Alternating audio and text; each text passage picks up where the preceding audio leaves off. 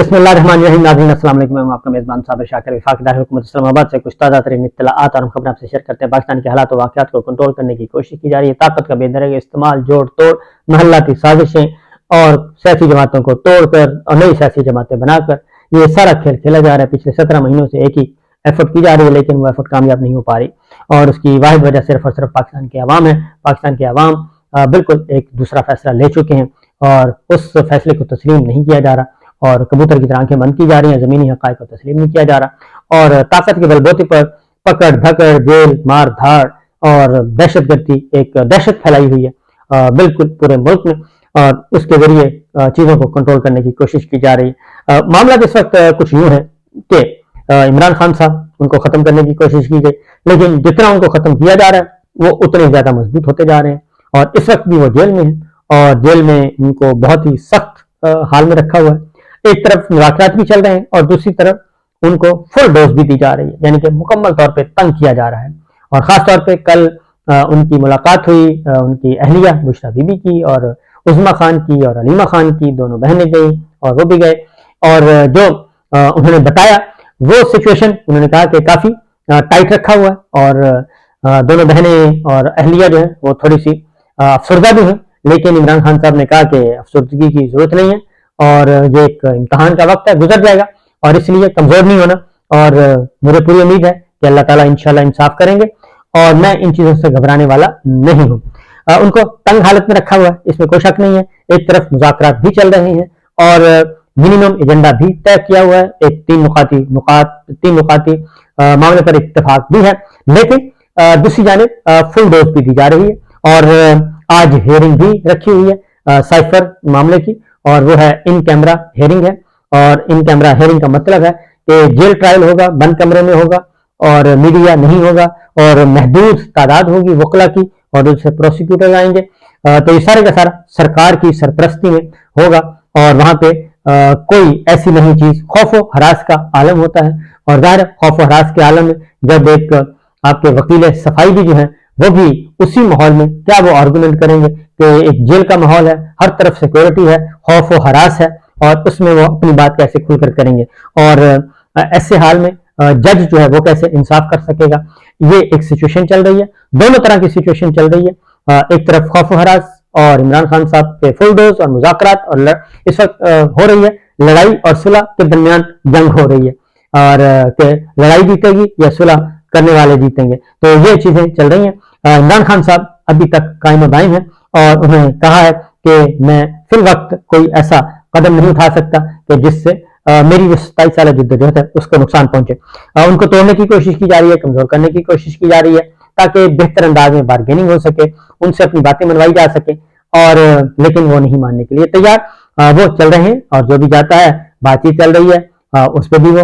دو اپنے خاص 3-4 پوائنٹ پہ وہ کھڑے ہیں, اس سے آگے پیچھے کی کوئی بات نہیں کرتے. اسی دوران ایک اور کام بھی ہو رہا ہے ان کو توڑنے کے لیے. چیف الیکشن کمشنر اور الیکشن کمیشن, توہین الیکشن کمیشن کا معاملہ 11 اکتوبر کو ان کو بلایا ہے جی, فرد جرم عائد کرنے کے لیے عمران خان صاحب کو, اسد عمر صاحب کو, فواد چودھری صاحب کو, اور اسی طریقے سے پارٹی صدارت سے ہٹانے کے لیے الیکشن کمیشن آف پاکستان جو ہے وہ اس پہ بھی, وہاں پہ بھی درخواست آ چکی ہے کہ ان کو سزا ہو چکی ہے, لہٰذا ان کو پارٹی صدارت سے ہٹایا جائے, اور یہ کوشش کی جا رہی ہے. لیکن دیکھتے ہیں اس کی سماعت ہوگی تو کیا ہوگا. وہ معاملہ ہائی کورٹ اور سپریم کورٹ تک جائے گا, لیکن ابھی تک کچھ نہیں کہہ سکتے, سزا ان کی سسپینڈ ہو چکی ہے. پھر یہ ساری چیزیں چل رہی ہیں, اور اس دوران یہ تو ہے عمران خان صاحب, اور دوسری جانب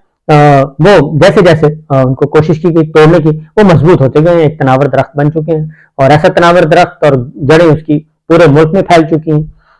ایک تو گہرائی میں ہوتی ہیں, بالکل پورے ملک میں پھیلی ہوئی ہیں. ملک کا کوئی کونا, کوئی دیہات, کوئی گلی, کوئی بازار ایسا نہیں ہے جہاں پہ عمران خان صاحب کے چاہنے والے نہ ہوں, ان کا ووٹر سپورٹر نہ ہو. اور سوشل میڈیا دیکھ لیں, ڈیجیٹل میڈیا دیکھ لیں, الیکٹرانک میڈیا دیکھ لیں,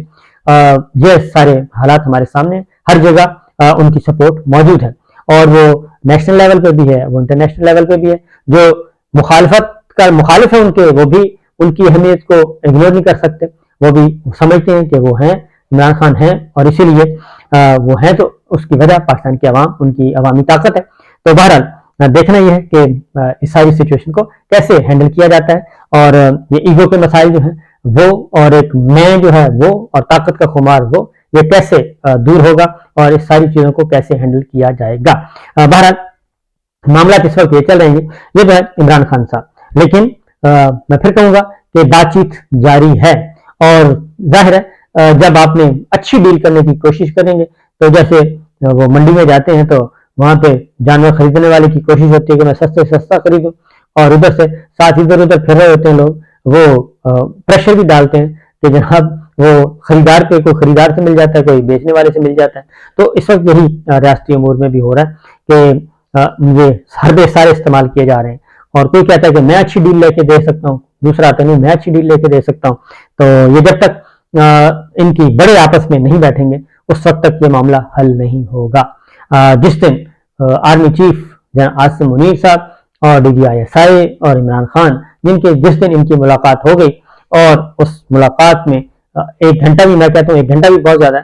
آدھا گھنٹہ بھی اگر یہ آپس میں بیٹھ گئے تو معاملات حل ہو سکتے ہیں، اور اگر نہیں بیٹھیں گے تو یہ معاملات کسی بھی صورت میں حل نہیں ہو سکتے. اور جتنی بھی کوشش کر لیں کیونکہ جو ملنے ملانے والے ہیں پیغام رسان ہیں وہ ایک حد تک تو اپنا رول پلے کر سکتے ہیں، لیکن بات آگے پہنچتی ہے اور پھر جب وہ بات انسٹیٹوشنلائز ہو جاتی ہے تو اس میں پھر مسائل کھڑے ہوتے ہیں. تو لہٰذا میں تو یہ سمجھتا ہوں کہ اس میں پرسنالٹی کلیش زیادہ ہے اور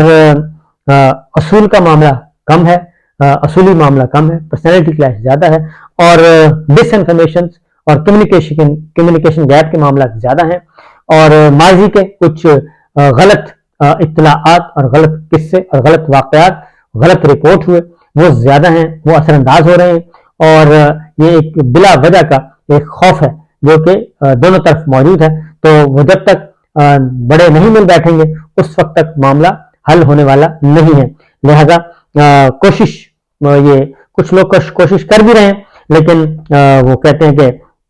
وہ تو شاید ٹھیک ہونے کے لیے تیار ہو، لیکن جو رائٹ لیفٹ پہ ہوتے ہیں، جو چھوٹے برتن ہوتے ہیں، چھوٹے برتن جو ہیں وہ کھڑکتے رہتے ہیں، اور ان کے کھڑکنے کی وجہ سے ماحول خراب ہوتا ہے. تو چھوٹا چھوٹا ہی ہوتا ہے، تو بڑے جب تک نہیں ہوں گے اس وقت تک معاملات حل نہیں ہوں گے. اس دوران جو چیزیں ہیں وہ دوسری جانب جو امپورٹنٹ اس دوران ہو کیا رہا ہے، ہو یہ رہا ہے کہ عمران خان صاحب کے خلاف مختلف معاملات چل رہے ہیں، اور ایک طرف پارٹی صدارت سے ان کو ہٹانے کا، دوسری طرف توہین چیف الیکشن کمشنر ہے، یہ چیزیں بھی چل رہی ہیں. لیکن اصل جو ہے اس دوران ایک اور بھی بات بتا دوں کہ بہت سارے فیک اکاؤنٹ کام کر رہے ہیں، اور وہ فیک اکاؤنٹ ایسے ہیں کہ وہ گالم گلوچ دے رہے ہیں. جیسے ہی کیونکہ وہ فیک اکاؤنٹ ایسے ہیں کہ ان کو اطلاعات بھی دینے والے دے رہے ہیں، اور جیسے کوئی بہتری کی کوئی چانس بنتا ہے تو وہ فوراً فیک اکاؤنٹ منظر عام پہ آتے ہیں، اور وہاں سے ایسی گفتگو آپ کو سننے کو اور دیکھنے کو اور پڑھنے کو ملتی ہے کہ اللہ کی پناہ. اور وہ فیک اکاؤنٹ کون سے ہیں؟ وہ اے ٹیم جو ہے وہ بی ٹیم کے اکاؤنٹ کے ساتھ کھیل رہی ہوتی ہے، اور بی ٹیم جو کہ حقیقت میں اے ٹیم کی ہے وہ اے ٹیم کا، اور آپس میں یہ لگ رہے ہیں. فیک اکاؤنٹ کا مطلب یہ ہے کہ جو میرا اکاؤنٹ نہیں ہے لیکن میرے نام سے کھلا ہوا ہے اور وہ شروع ہو چکا ہے، اور یہ والے کام کر رہے ہیں، حالانکہ وہ ہے سارے کے سارے ڈمی، اور ایک خاص نیریٹو اور جو ہے وہ آگے بڑھانے کی کوشش کی جا رہی ہے. دوسری جانب جو PMLN کا معاملہ وہ بالکل فراغت کی طرف، اور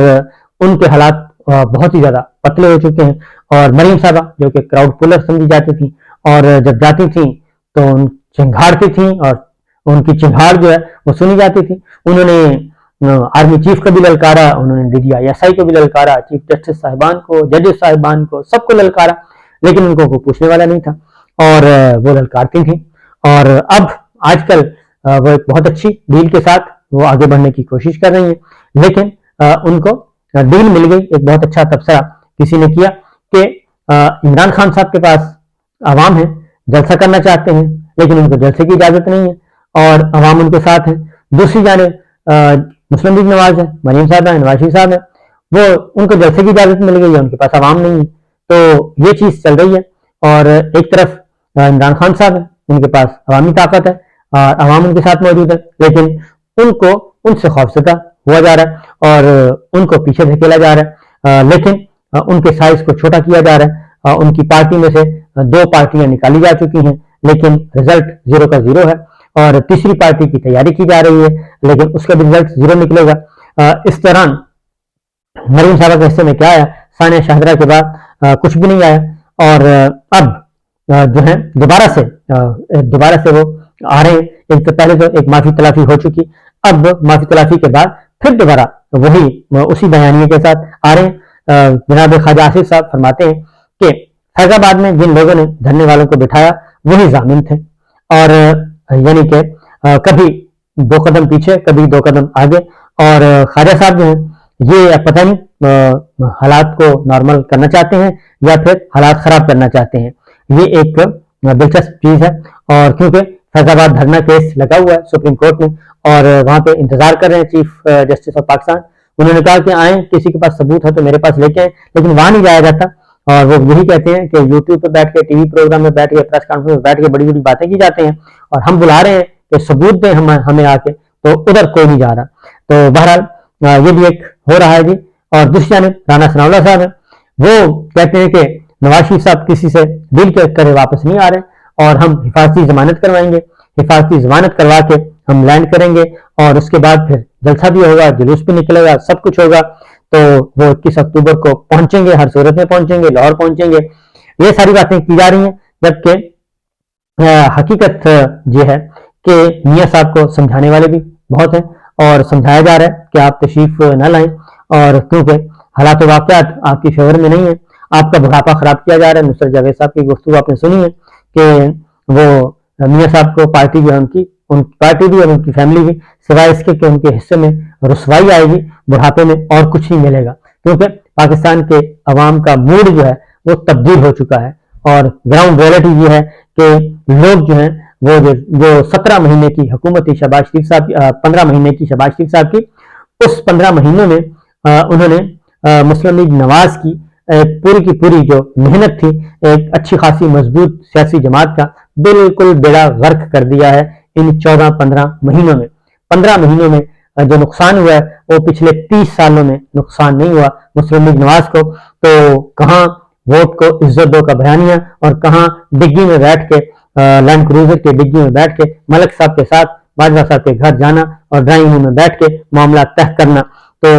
یہ ڈکلائن جو ہوا ہے وہ ڈکلائن اب ان کو یاد آ رہا ہے۔ تو بہرحال یہ معاملات ہیں، یہ صورتحال ہے۔ اب رانا صاحب کہتے ہیں کہ جناب ہم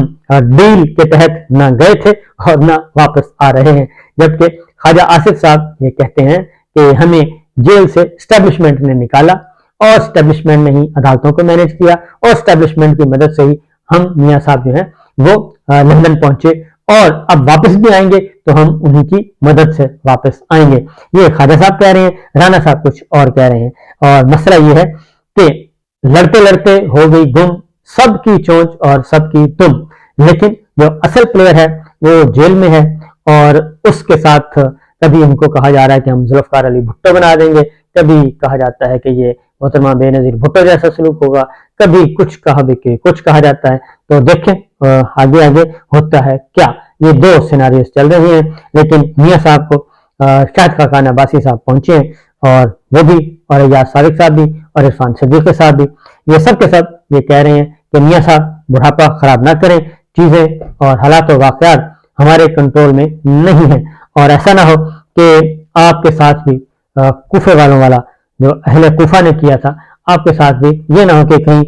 کوفی آپ کے پیچھے نہ ہو اور آپ کو غلط اطلاعات نہ دیے جا رہے ہوں۔ یہی بات شاہد خاقان عباسی صاحب نے کہی ہے کہ استقبال کس چیز کا ہم کریں گے؟ استقبال تو لیڈر اور بالکل ماحول اور ہوتا ہے، اور جو عدالت کا مفروض ہو، مجبور ہو اور مطلوب ہو اور سزا یافتہ ہو، اس کا ٹرائل اور اس کا استقبال کیا ہو سکتا ہے؟ اجازت دیجیے، اللہ حافظ۔